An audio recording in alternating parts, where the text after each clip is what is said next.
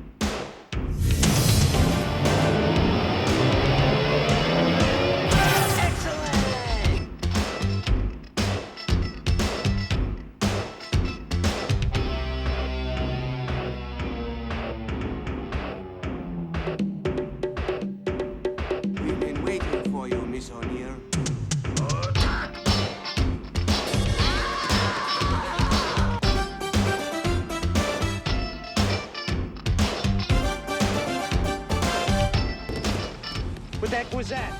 Looked like sort of a big turtle. A trench coat. God, I love being a turtle! Turtle power!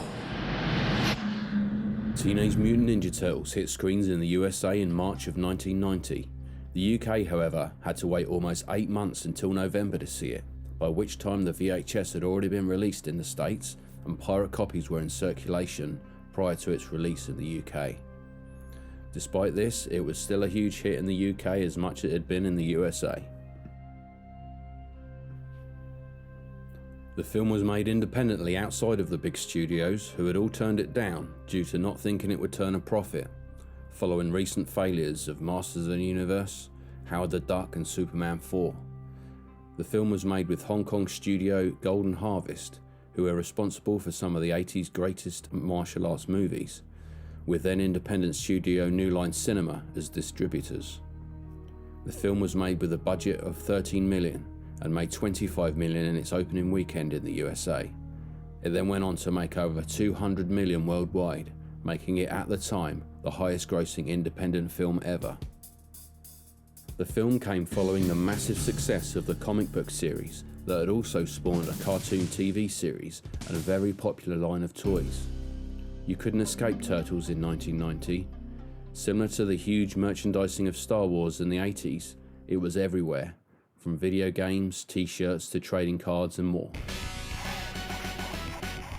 The film was directed by Steve Barron, who started out as an assistant cameraman in the early 80s on films such as Superman, before making his name in some of the biggest music videos of the 80s, such as Michael Jackson's Billie Jean, Dire Straits' Money for Nothing, and a-ha's Take On Me, amongst many others.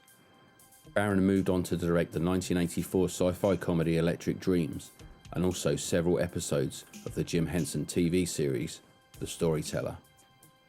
The story starts with TV news reporter April O'Neil stating that there is rising crime in New York City, with reports of theft by ninja gangs, which is reminiscent of a crime wave previously reported in Japan.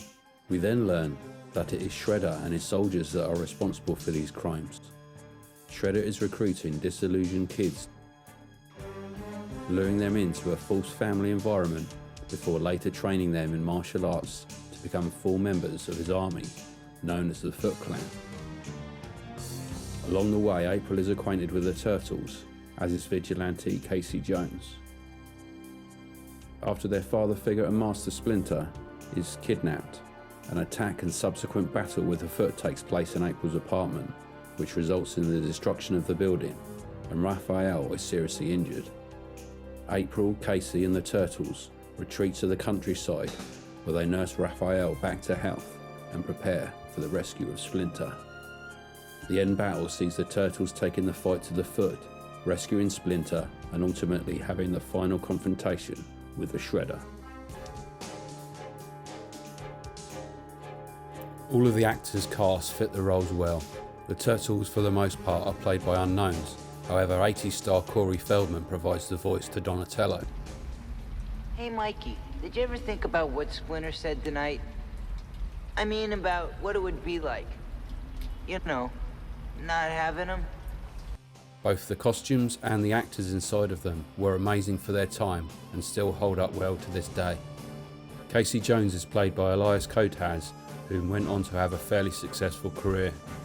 Sam Rockwell plays one of the Foot Clan members in one of his first roles. Sam has had a very successful career since, with memorable roles in films such as The Green Mile, Iron Man 2 and Galaxy Quest. Elmo puppeteer Kevin Clash operates the Splinter puppet, which along with the Turtles looks great. Steve Barron was a great choice to direct the film, as his previous work with Jim Henson was the driving force for Henson to agree to the project, as he was hesitant at first due to the film's violent nature. Unfortunately, this would be the last film that Henson worked on prior to his death in May of 1990.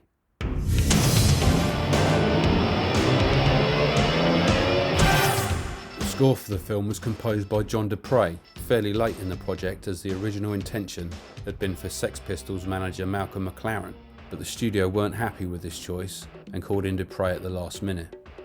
You can still hear Malcolm McLaren's music as it's featured in the trailer, illustrating just how late the change was made into production. Excellent!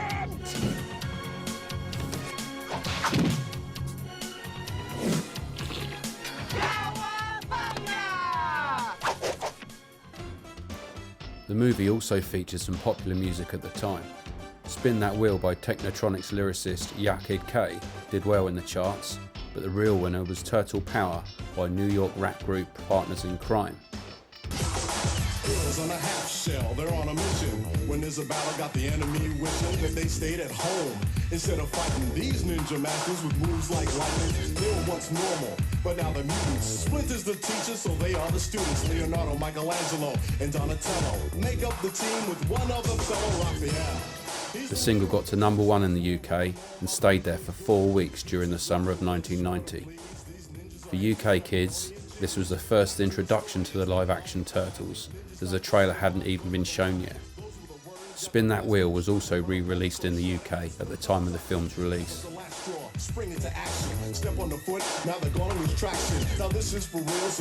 soundtrack album was released in 1990, but unfortunately only featured a few pieces, making way for the songs featured in the film.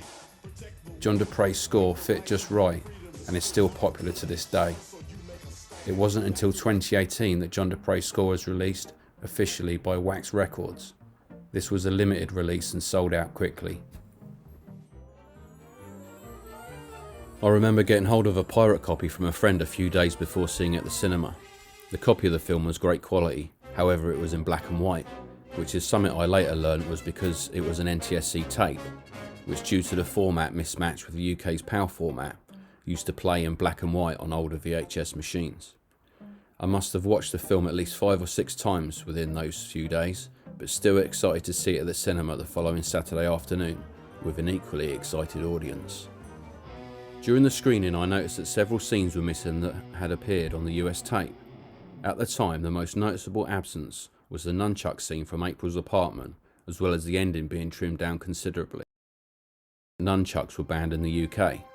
What the hell? This wasn't a new thing, as we had previously learnt of the UK censorship when the cartoons and comics were released as Hero Turtles rather than Ninja.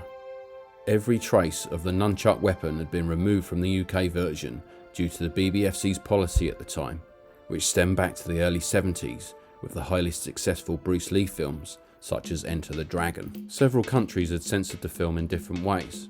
In Japan, they changed the title to Hero Turtles and removed all instances of the word ninja. They also changed all of the references to Japan, substituting them to Korea.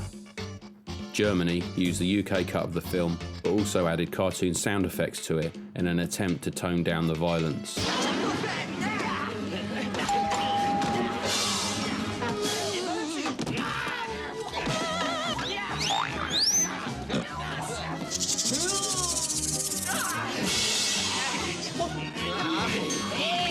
Einer von diesen Wanzen muss wissen, wo sie Splinter gefangen halten. Also haut sie nicht alle aus der Pelle.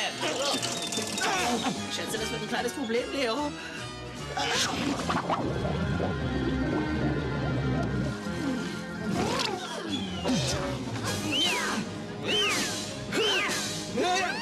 Jetzt hab ich dich.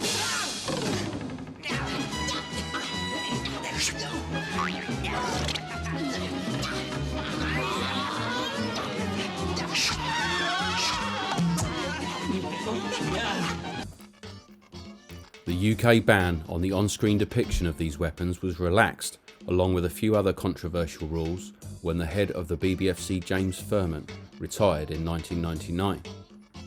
However, despite the relaxation of this ban, the censored version of Teenage Mutant Ninja Turtles was still used on all UK releases, including the DVDs that were released after the ban was lifted, with the UK and Germany finally releasing the film uncut on a DVD reissue in 2010.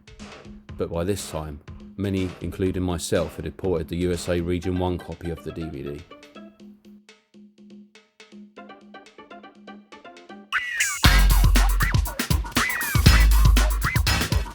Following its success, a sequel was produced, this time with a distribution deal with 20th Century Fox. Teenage Mutant Ninja Turtles: The Secret of the Ooze was released in March of 1991 in the USA and August in the UK. Unfortunately, the filmmakers bowed to pressure from parents and critics of the first movie and toned down both the violence and the dark, gritty feel of the original. The result is a film designed almost specifically for a younger audience. This is fine, but alienated the older audience with its childlike silliness. Whilst it didn't make as much money as the original, it still turned over a healthy profit, warranting another sequel. Teenage Mutant Ninja Turtles 3 arrived 2 years later and was dumbed down even further. Whilst the second film still felt linked to the original despite the change of tone, this one just seemed to fall flat, which was reflected in its box office.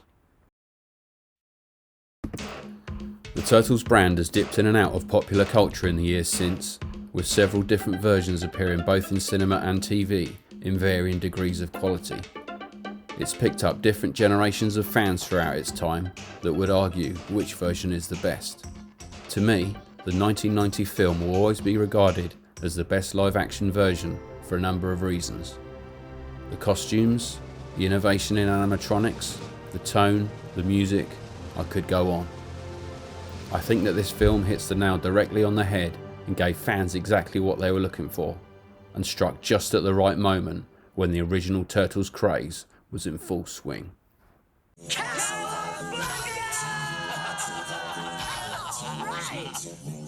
On the half shell, they're the heroes for. In this day and age, who could ask for more? The crime wave is high, with muggings mysterious. All police and detectives are furious, cause they can't find the... Hey, Doc, this is it.